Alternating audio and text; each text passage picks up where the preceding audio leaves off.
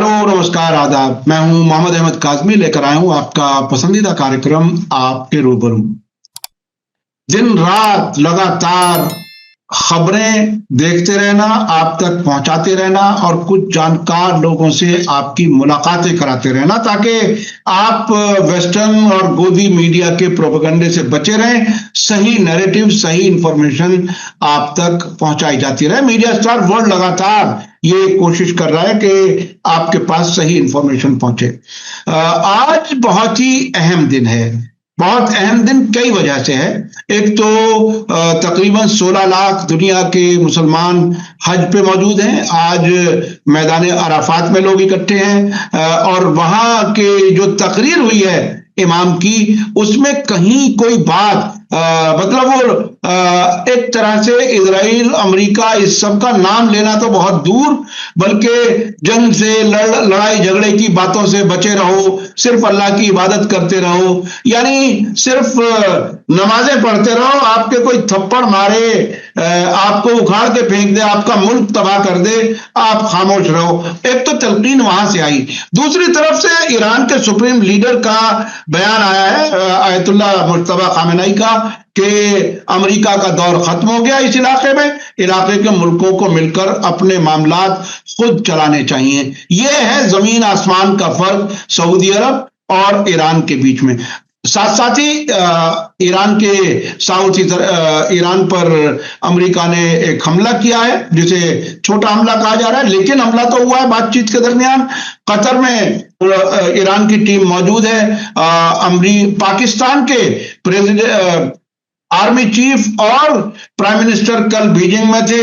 पूरी दुनिया की जो राजधानियां हैं उनमें सरगर्मियां बहुत तेज है। 2 दिन पहले हमारे यहाँ दिल्ली मार्को रूबियो भी थे, अमेरिकी फॉरेन मिनिस्टर, उन्होंने यहां भी कई बयान दिए। इन तमाम खबरों को देखते हुए मैं बात कर रहा हूं बहुत ही बारीकी से, सटीक अंदाज में चीजों को रखने वाले फिरोज बीथी बोरवाला साहब के साथ।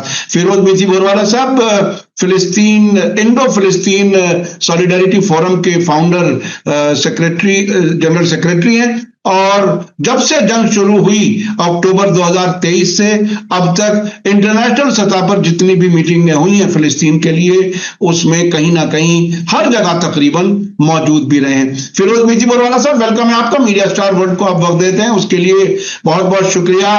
क्या कुछ देख रहे हैं? डोनाल्ड ट्रंप का क्या होगा? अब तो वो इस हद तक भी बयान दे रहे हैं कि ईरान से डील हो तो इलाके के सारे अरब और मुस्लिम मुल्कों को, इवन पाकिस्तान को भी, इवन ईरान को भी, वो अब्राहम एकॉर्ड में आ जाना चाहिए, इजराइल के साथ ताल्लुकात बना लेने चाहिए। ये कौन सी दुनिया का प्राणी है? क्या कुछ सोचता है? क्या बोलता है? क्या कहीं कोई हकीकत है या ये एक तमाशा चल रहा है? क्या है ट्रंप के लिए? मसला ये है कि वो इतने जगह से गिरा है अपने पुराने पापों के कारण कि उसको बहुत सारे लॉबीज को सेटिस्फाई करना पड़ता है।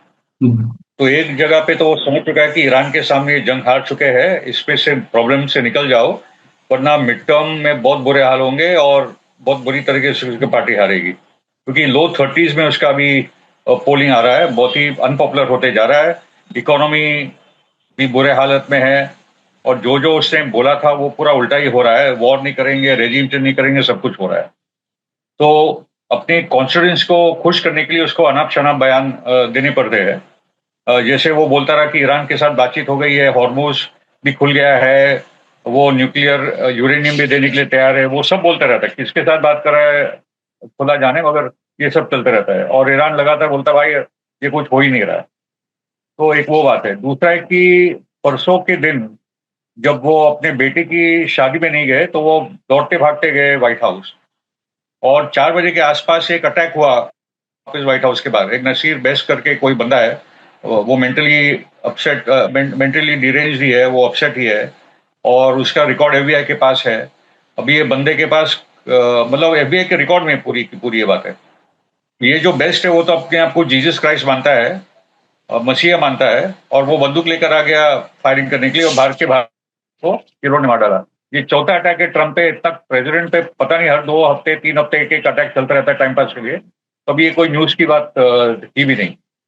मगर उसके साथ ये भी बात आई कि क्या नेतन्याहू ने ट्रंप को और एक भूल दिया है कि भाई तुम आगे मत बढ़ो, वरना अभी तो भारी हो रहा है, तुमको मार भी डालेंगे।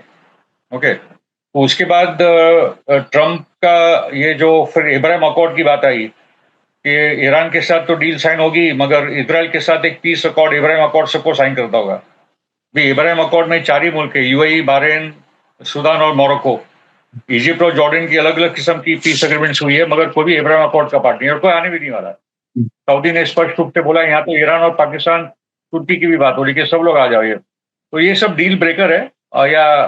या जनता को वहां, इजराइल की जनता को खुश करने के लिए देखो ट्रंप तो, क्योंकि ट्रंप इतना पॉपुलर इजराइल में कि ट्रंप बोल रहा है कि मैं वहां जाके खड़ा हो जाऊंगा तो मैं तो प्राइम मिनिस्टर बन जाऊंगा, क्योंकि यहाँ उसके वादे हो गए, यहाँ तो उसका कुछ होना नहीं है।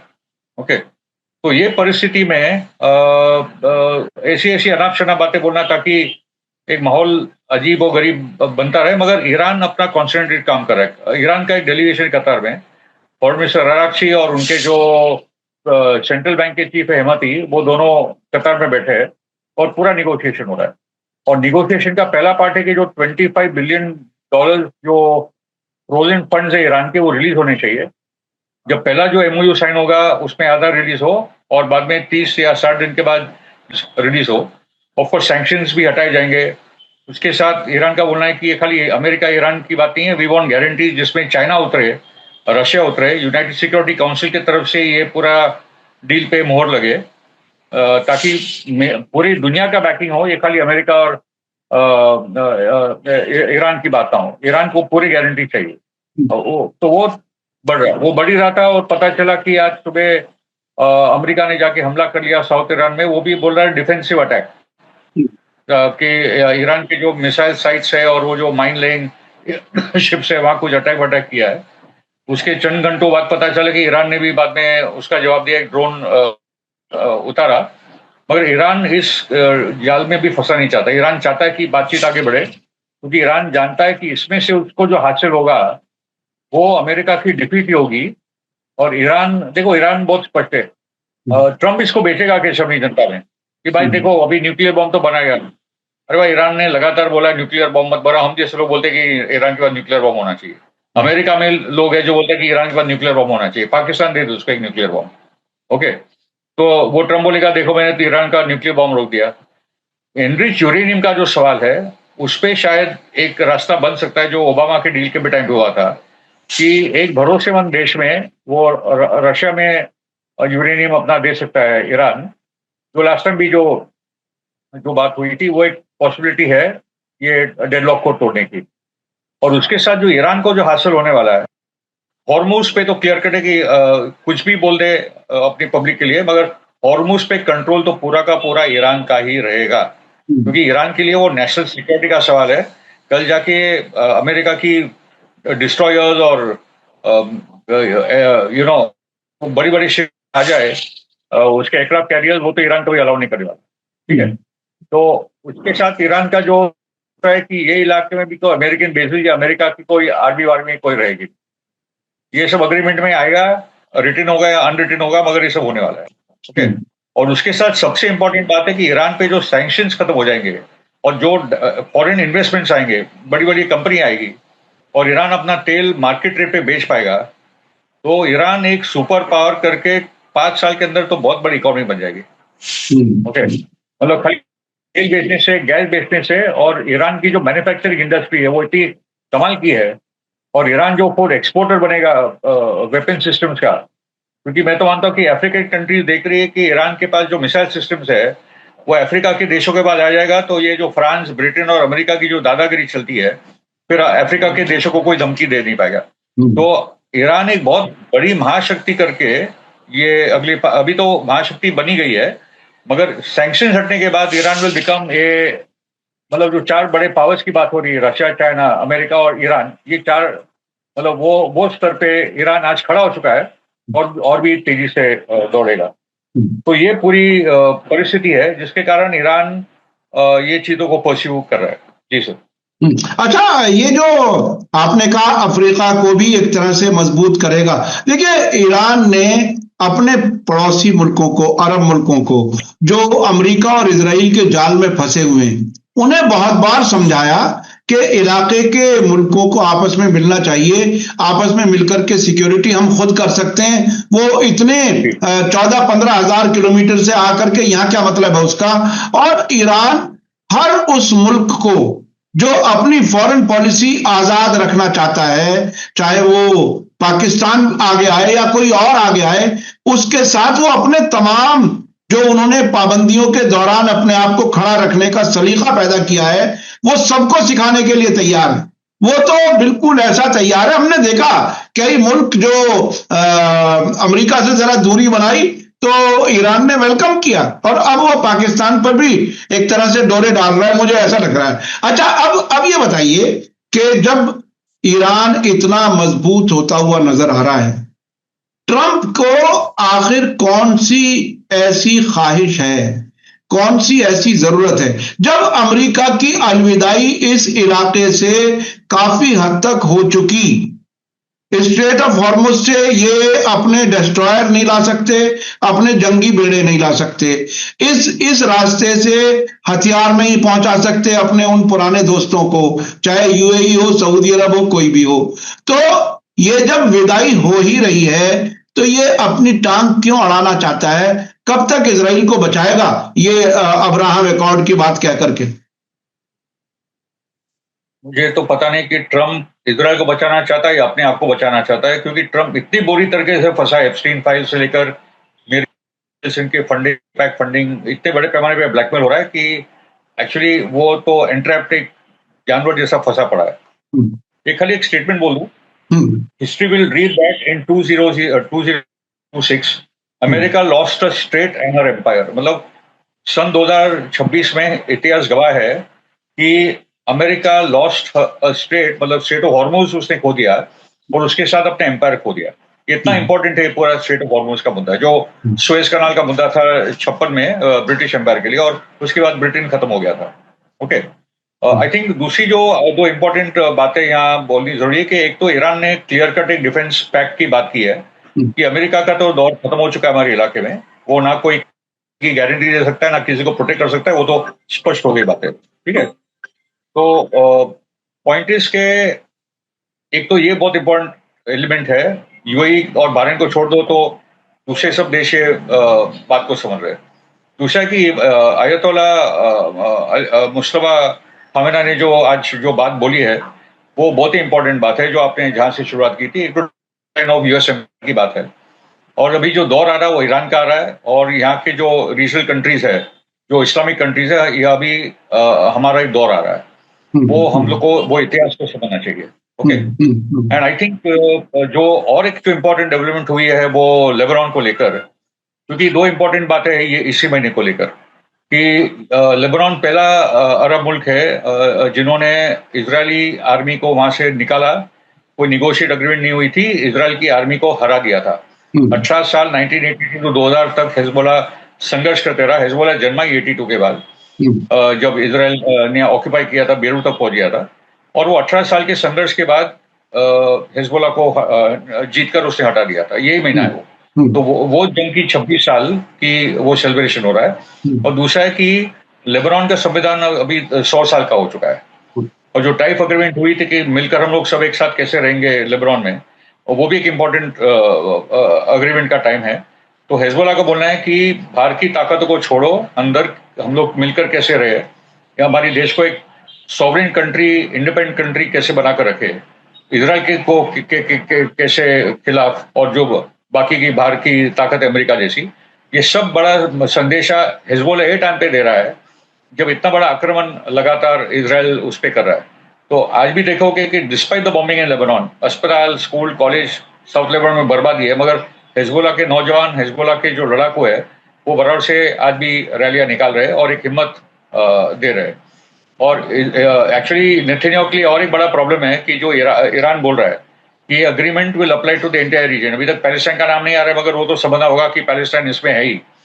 मगर हिजबुल्ला को लेकर कि मैं हिजबुल्ला को छोड़ूंगा नहीं, तो मुझे लेबनान में सीज फायर चाहिए, यमन में सीज फायर चाहिए, और सीज फायर का मतलब इतना ही नहीं होता, इजराइल को वहां से हटना होगा, जो जो इलाके उसने हाथ में लिए है लेबनान से। तो वो नेतन्याहू के लिए बहुत बड़ा मसला है, क्योंकि जो इलेक्शन आने वाला है वो दिख रहा है कि नफ्ताली बेनेट की जो पार्टी है और वही सरकार बनाएगी। और दूसरे भी गैबी आइजनकॉट और एक कुछ लीडर्स उभर कर आए जो अलायंस करके आराम से जो 120 सीट का सेनेट होता है, उनकी कनेसेट पार्लियामेंट होती है, वो 64 सीट तक जाएंगे और नेतन्याहू का जो अलायंस है 51-52 सीट में जाके अटकने वाला है। तो इसलिए नेतन्याहू के लिए, अपना सरल के लिए, उसके जो निरंतर वॉर की जरूरत है ना, तो लेबनान वाला थिएटर अगर हाथ से निकल गया तो बहुत बड़ी हार है। क्योंकि वैसे भी हेजबोला जो अटैक कर रहा है साउथ लेबनान में, इजरायली आर्मी ने आज ही अनाउंस किया कि नेतन्याहू ने बोला कि अभी वापस एक बड़ा आक्रमण करेंगे। नॉर्दर्न जो पैलेस्टाइन है, जो लेबनान के बॉर्डर पे है, वो तो गांव के गांव और टाउन के टाउन खाली हो चुके हैं। वो कंट्रोल ही नहीं कर पा रहे अपनी टेरिटरी को। तो ये हालत है लेबनान की, और इसलिए बहुत बड़ी विनिंग विकेट पे है। इसलिए ये जो भी अग्रीमेंट होगी, और ये अग्रीमेंट भी 3 महीने के इसमें होगा। पहले फेज में जो इजी चीजें है जिसपे वो लोग अग्री कर लेंगे, और उसके बाद जो डिफिकल्ट चीज है, खास करके न्यूक्लियर वाली मैटर है, वो बाद में आएगी, जिसमें और 2 महीने लगेंगे। क्योंकि कॉन्फिडेंस बिल्डिंग मेजर और ट्रस्ट, इट इज इंपॉर्टेंट कि ईरान और अमेरिका डायरेक्टली एक दूसरे से बात करें। अभी तो चिट्ठी यहाँ वहां से जारी है, मगर एक टाइम आएगा जब डायरेक्टली ये दोनों देश बात करें। इजराइल नहीं चाहता कि ईरान और अमेरिका की दोस्ती हो जाए। अगर वो हो गया तो इजराइल का रोल ही खत्म हो गया फिर। Okay. अच्छा, आपने आपने आपने हिजबुल्ला के जी हाँ, वो खतरा है क्योंकि अभी तक 4 बार ट्रंप पे सो कॉल्ड हमले बमले का ड्रामा हुआ है। ओके, मगर एक माहौल तो बना दिया कि ट्रंप पे ये आक्रमण हो रहे हैं। तो क्या नेतन्याहू फाइनली ट्रंप को ही मरवा देगा जैसे उसने चार्ली कर्क को मरवा दिया? ये भी बहुत बड़ा सवाल है। आने वाले 3 महीने बहुत ही खतरनाक है, जैसे जैसे हम लोग मिड टर्म के आगे बढ़ेंगे। जी, आपने ये बात अब से पहले भी कई बार कही हमारे चैनल पर कि अब इजराइल अमेरिका के अंदर 9/11 जैसा कोई आतंकी हमला करा सकता है या ट्रंप को भी मरवा सकता है। और ट्रंप ने, बेवकूफ ने, एक एग्जीक्यूटिव ऑर्डर पर भी साइन कर दिए किए हुए हैं, बिल्कुल शुरू में करा लिए थे कि अगर मुझ पर हमला हुआ तो ईरान को बिल्कुल तबाह कर देना। तो ये बात यहां तक आ गई। अब अगर ट्रंप आगे बढ़कर के ईरान के साथ जैसी की बातचीत हो रही है, एग्रीमेंट करते हैं, तो ट्रंप की जान खतरे में है, ये बात सामने आ गई। लेकिन शेख नईम कासिम ने भी, सब आपने लेबनान का जिक्र किया, अभी 2 दिन पहले जो उन्होंने तकरीर की है, स्पीच दी है इस 25 मई के सिलसिले में, जो 24 मई की रात में दी है, उन्होंने इस हद तक कह दिया अपने यहाँ की सरकार को, लेबनान की सरकार को, कि या तो आप जो है, चूंकि आप खुद लेबनान को बचाने की हैसियत में नहीं है, हम उसको बचाने की कोशिश करते हैं, हम इजराइल से लड़ रहे हैं, अगर आपने हमारे खिलाफ कोई कार्रवाई की तो हम आपको भी इजराइल की तरह ही दुश्मन के तौर पर देखेंगे। यानी यह बहुत सख्त टाइम है कि अपने ही मुल्क की हुकूमत को इतना बड़ा दुश्मन उन्होंने ऐलान कर दिया। मुझे लगता है कि किसी मजबूती की वजह से उन्होंने किया है। अच्छा, अब आने वाले वक्त में देखिए 2-3 चीजें सेटल हो गई। एक तो यह कि अमेरिका के फौजी अड्डे इस इलाके में काफी हद तक तबाह हो चुके हैं। दूसरे ये कि हज के मौके पर आयतुल्लाह मुश्तबा खामेनाई कह रहे हैं कि तमाम मुस्लिम मुल्कों को मिल जाना चाहिए और अमेरिका का दौर खत्म हो चुका है। उधर लेबनान से भी कहा जा रहा है कि फॉरेन गार्जियनशिप का दौर खत्म हो चुका है। तो ये अगर दौर खत्म हो चुका, प्रैक्टिकली बिल्कुल सामने नजर आ रहे हैं हालात, ऐसे हालात में अब मिडिल ईस्ट किस तरफ को कैसे डेवलप होगा, क्या होगा? क्या यूएई आखिरी दम तक इजराइल वाला रोल ही निभाता रहेगा इस इलाके में? हमने अभी 2 दिन पहले एक वीडियो देखी, अपने दर्शकों को भी दिखाई। सऊदी अरब के फॉर्मर शूरा काउंसिल के एक मेंबर ने कहा कि ये इजराइल का ट्रोजन हॉर्स बना हुआ है। क्या होगा? क्या इजराइल के साथी और इजराइल के खिलाफ वाले मुल्क अलग अलग हो जाएंगे? अरब मुल्कों में भी क्या होगा? बेसिकली इतना क्लियर है कि अगर वॉर शुरू हुई तो जिस लेवल पे लेबनान को इजराइल ने तबाह किया है, ईरान यूएई को तबाह कर डालेगा। क्योंकि अभी वही काउंटर बचा है कि अगर तुमने लेबनान को बर्बाद किया तो हम यूएई को बर्बाद करेंगे। क्योंकि यूएई एक सेकंड इजराइल बन चुका है अभी गल्फ में। इतना खतरनाक है, जो ट्रोजन हाउस की बात की। और सुप्रीम लीडर के मैसेज में और एक उन्होंने वाकई सेंटेंस कहा था, इजराइल विल बी अपरूटेड। वो अभी अपरूट हो जाए। और वो जो एक कैंसर है रीजन के लिए, तो एक पोस्ट अमेरिकन ऑर्डर अभी बनने वाला है। ये भी सुप्रीम लीडर के बयान में बात की। और जो प्रेसिडेंट पेजेस्किया ने उसमें एक रीजनल डिफेंस एग्रीमेंट की बात की है। ओके, तो ये बहुत ही इंटरेस्टिंग किस्म की बात हो रही है। दूसरे जो डेवलपमेंट्स है कि शिनबेत के जो लीडर है वो मोहम्मद दलान को जाके मिले हैं यूएई में, क्योंकि वो गाजा में पोस्ट हमास किसको भी बिठाए, कैसे गाजा को चलाए। तो दलान तो उनका पुराना एजेंट है, मोहम्मद दलान जो फतह के मेंबर है, बहुत ही पावरफुल है, बहुत पैसे वाला भी आदमी है, इजराइल का दलाल ही करता है। तो वो एक डेंजर वाला मामला है, मगर वो दलान वाला नाम आज अल जजीरा की न्यूज में आया है। दूसरी जो इंटरेस्टिंग बात है, जब हम लोग अमेरिका की बात करें, 2-3 इंटरेस्टिंग बातें हुई है कि जो इजराइल डे का एक जो न्यूयॉर्क में फंक्शन होता है हर साल, जिसमें हर मेयर और सब लोग जाते हैं, जोरान ममदानी ने कहा मैं नहीं आने वाला इसमें, ये जेनोसाइडल कंट्री है, ये वॉर क्रिमिनल है, तो मैं तो नहीं आने वाला है। तो उसने जो 61 साल से जो एक परंपरा रही है वो जोरान ने ब्रेक कर दी। दूसरी जो बात है, जो थॉमस मैसी को हराने के पीछे जो इजराइल पूरा लग गया था, एक प्राइमरी में, ये कोई डेमोक्रेटिक रिपब्लिकन पार्टी का भी इलेक्शन नहीं था, अंदरूनी इलेक्शन था रिपब्लिकन पार्टी का। तो थॉमस मैसी का हराव, जो अकेला लौता एक रिपब्लिकन पार्टी का लीडर है जो ईरान वॉर के खिलाफ है, जिन्होंने एप्स्टीन फाइल को निकाला रो खन्ना के साथ, थॉमस मैसी को हराने के लिए $35 मिलियन का या $1-2 मिलियन का भी नहीं होता है, वो भी बड़ी रकम बता रहा हूँ, क्योंकि इसमें वोट करने वाले 50,000 से 1 लाख लोग या 25,000 लोग ही होते हैं। वो इलेक्शन में $35 मिलियन का थॉमस मैसी को हराने का काम कर लिया। थॉमस मैसी को पहले से ज्यादा वोट भी मिले, मगर फिर भी वो हार गया। ओके, पॉइंट इज के इतना गुस्सा बढ़ा है अमेरिका में कि भाई हमारा एक एक तुम्हारे पैसे से अभी खरीद रहे हो। इजराइल लॉबी बहुत ही बेनकाब हो गई थॉमस मैसी के चुनाव में। ओके, तो द पॉइंट इज कि आप केंटकी जीते मगर आप अमेरिका हार गए, दैट इज द रियलिटी। और थॉमस मैसी अभी 7 महीने तक तो कांग्रेस में 2028 में, जो 26 में जो मिड टर्म हो गया वो अलग बात है, मगर वो अभी एप्स्टीन फाइल के एक एक नाम निकालने वाले, जो भी परपेट्रेटर है, जिन्होंने बलात्कार किए, जो भी किया, वो सबके नाम जो एप्स्टीन फाइल में है वो लेने वाला है। ओके, और वो 2028 में मैं तो मानता हूँ वो प्रेसिडेंशियल कैंडिडेट भी है, जिसके कारण रिपब्लिकन पार्टी का बहुत सारा वोट जाएगा और डेमोक्रेटिक पार्टी जीतेगी। उसके साथ और एक इंपॉर्टेंट बात है कि तुलसी गैबर्ट को मेरे जैसे लोगों ने सपोर्ट किया था, ट्रंप ने उसको डायरेक्ट बनाया था, क्योंकि तुलसी गैबर्ट की एक कंसिस्टेंट लाइन थी कि हम लोग जो सीरिया में करने जा रहे हैं, हम लोग आईसिस को सत्ता में लाएंगे, असद के साथ हम लोग को रहना चाहिए, और रशिया यूक्रेन वॉर में भी हम लोग बहुत बड़ी गलती करें, इसलिए तुलसी गैबर्ट को वो टाइम पे लाया था। मगर अभी तुलसी गैबर्ट को हटा दिया है, ट्रंप ने हटा दिया है, और उसकी जगह पे जिसको ला रहे हैं एलिसे स्टेफानिक, वो एक कट्टर यहूदी है। ओके, तो पेंटागन में पीट हेग्सेट है, मगर उसका जो नंबर 2 है फ्रीडमैन, वो भी यहूदी है। यहाँ जो डायरेक्टर ऑफ नेशनल इंटेलिजेंस है, जहाँ 16 इंटेल एजेंसीज पूरा इंफॉर्मेशन की है, और इस टाइम भी तुलसी गैबर्ट ने जो इन्फॉर्मेशन दिया कि कोई न्यूक्लियर प्रोग्राम नहीं है, कोई खतरा नहीं ईरान से, उसने सब कुछ दे दिया था। तो अभी तुलसी गैबर्ट को भी जूइश लॉबी ने हटा दिया। तो पहले से ज्यादा ट्रंप की पूरी जो सरकार है ना, जूइश लॉबी से घिर चुकी है, मगर यही ट्रंप की बर्बादी का भी कारण है, क्योंकि ईरान ने तो बता दिया कि कोई जूइश लॉबी और तुम्हारा इजराइल कोई काम का कुछ मतलब है नहीं। और एक बहुत इंटरेस्टिंग अभी डिबेट हुआ था, जहाँ एक साइड पे प्रोफेसर मिरशर्मा, जो बहुत बड़े विद्वान आदमी, और स्टीफन वॉल्ट, जिन्होंने 2006-8 में किताब निकली, पहली किताब आई थी इजराइल लॉबी को लेकर, the Israel lobby America, how it control American foreign policy. बहुत बड़ी बात है कि वो किताब आनी, इजराइल लॉबी का नाम लेना, और सामने पॉम्पे और विक्टोरिया न्यूलैंड, एकदम हार्डकोर नियोकॉन्स। तो सीधा का सीधा चालू कर दिया कि ईरान ने हम लोग पे हमला किया। बोला ये पूरी दुनिया जानती कि ईरान पे हम लोगों ने हमला किया था और कोई हम लोग को खतरा नहीं है।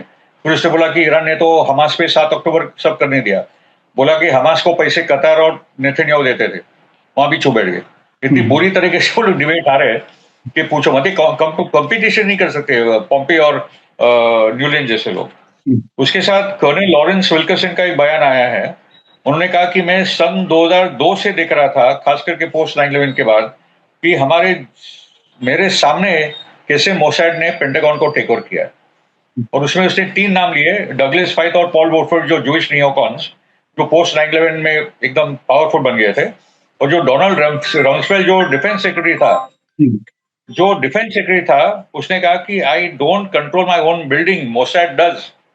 अब सोचो, डोनाल्ड रम्सफेल्ड इराक वॉर जो बुश जूनियर के नीचे जो लड़ी थी, बोल्ड I don't control my own building, Mossad does. ये तो हाल है अमेरिका के। अरीबन मैनेशे जो मोसाद के एजेंट है, जिन्होंने खुद बोला कि एप्स्टीन मोसाद का ही पूरा एक रिंग है, और उन्होंने ये बातें क्लियर कट बोल दी कि अगर ट्रंप आगे बढ़ेगा तो नेथन्याहू एप्स्टीन फाइल को रिलीज करेगा, इसलिए ट्रंप एंट्रैप्ड है। और अरीबन मैनेशे बहुत ही इंपॉर्टेंट फिगर है।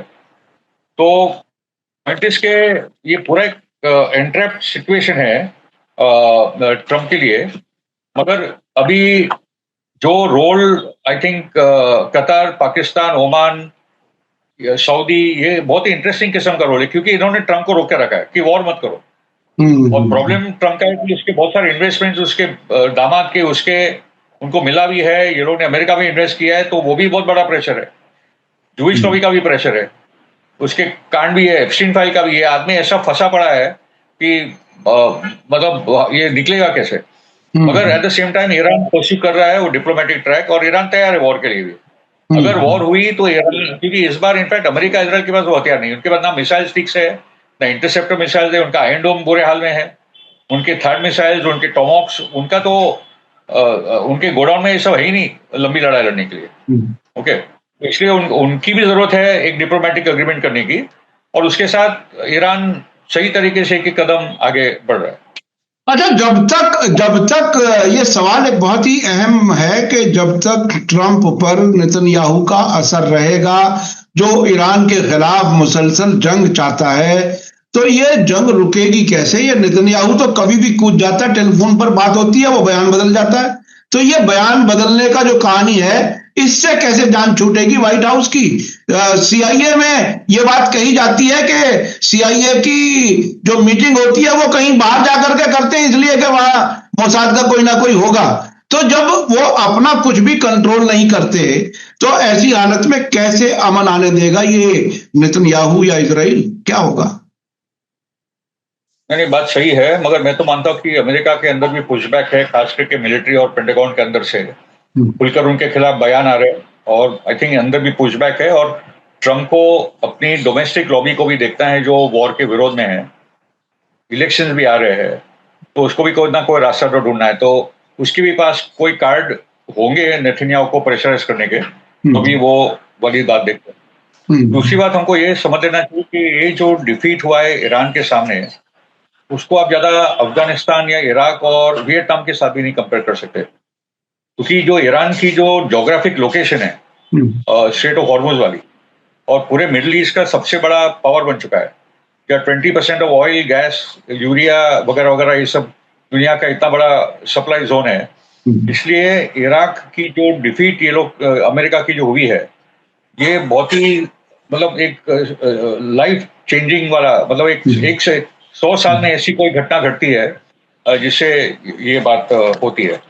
दूसरा कि जो एनएससी चीफ है, नेशनल सिक्योरिटी काउंसिल के जो चीफ है गियोरा इलन, उसने भी क्लियर कर बोला कि ईरान जीत चुका है और अमेरिका और इजराइल ये जंग में हार चुके हैं। ये इजराइल के फॉर्मर नेशनल सिक्योरिटी काउंसिल के चीफ है।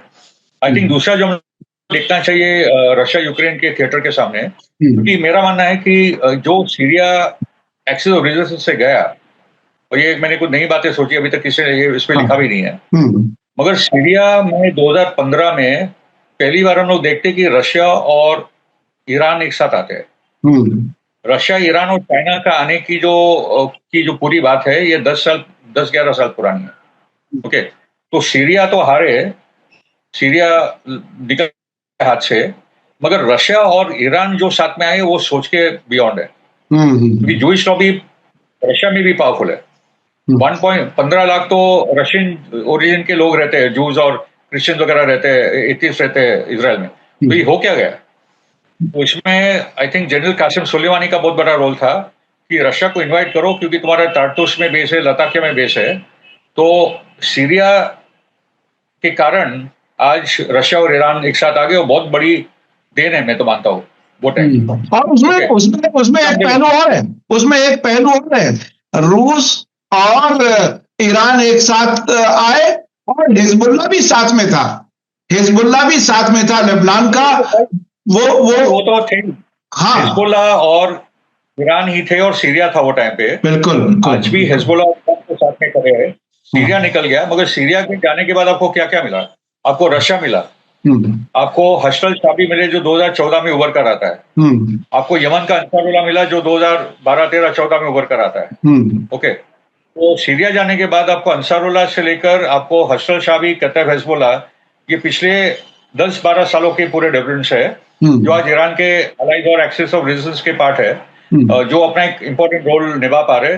कुर्द को न्यूट्रलाइज कर दिया है, नहीं तो कुर्दिश एलिमेंट बहुत डिफिकल्ट हो सकता था इस दौरान।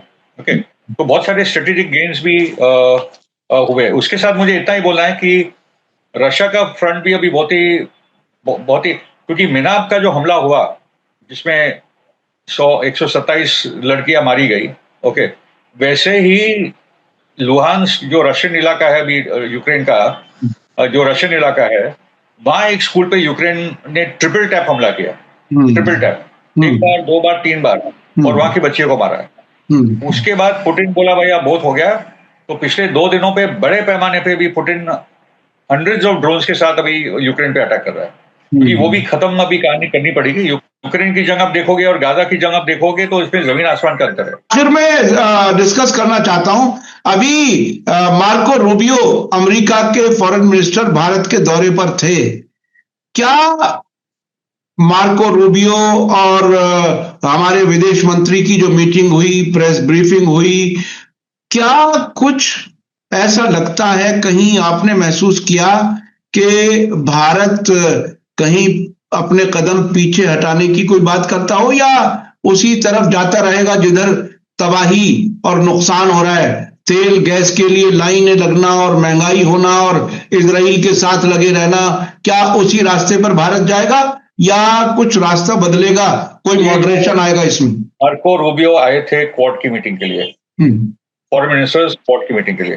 क्वाड क्या है? Australia, Japan, India, America. वो क्वाड तो होते होते खत्म हो गया, क्योंकि इंडिया भी एंटी चाइना लाइन लेने के लिए तैयार नहीं है। इंडिया समझ गया कि मेरा इस्तेमाल हो रहा था चाइना के खिलाफ, मगर गलवान पे एक सोल्यूशन आया, तो वो 1.5 साल से तो भी इंडिया एक एंटी चाइना पोजीशन। दूसरा कि अभी जब ट्रम्प गए, उसने बोला कि भाई ताइवान को हम लोग को जो $12-14 बिलियन का हथियार देने वाले थे, नहीं देने वाले। अमेरिका खुद पीछे हट रहा है, मतलब क्वाड का मामला तो खत्म हो गया, क्वाड इज ओवर। ओके, अभी बचा है खतरनाक हमारे लिए जो I2U2 है, इंडिया, इजराइल, यूएई और अमेरिका।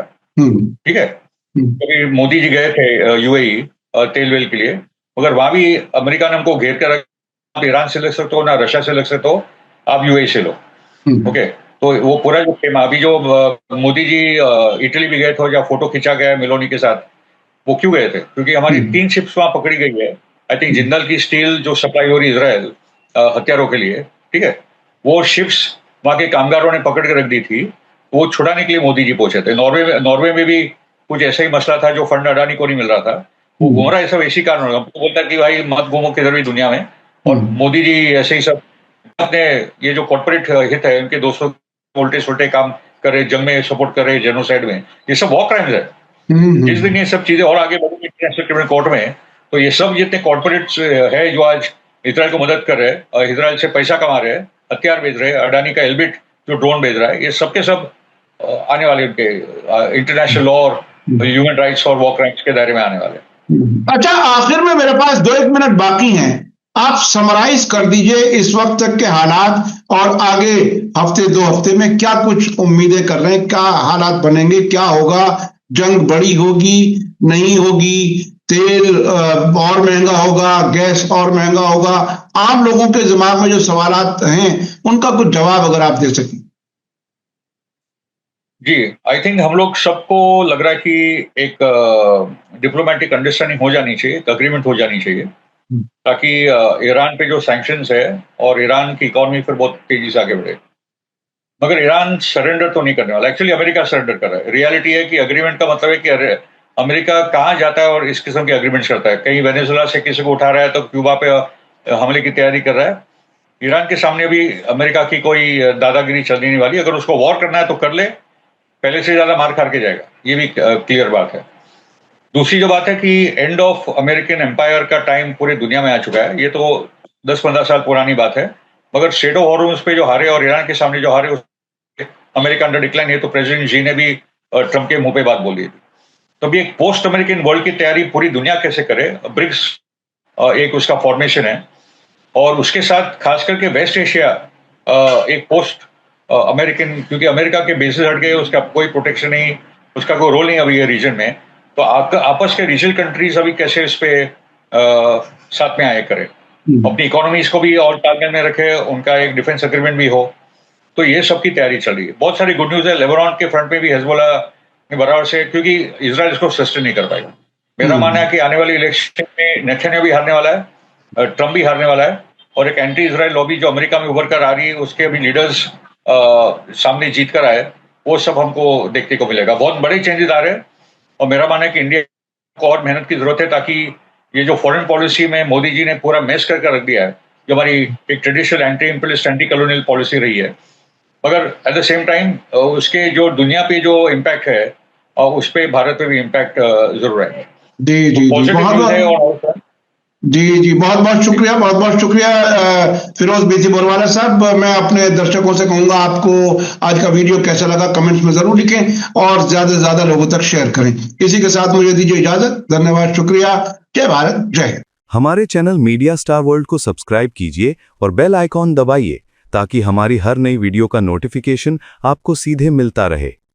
अगर आपको हमारी खबरें पसंद आती हैं तो उन्हें अपने व्हाट्सएप, इंस्टाग्राम, फेसबुक और ट्विटर अकाउंट्स पर शेयर करना ना भूलिए, ताकि और लोग भी हकीकत से वाकिफ हो सकें।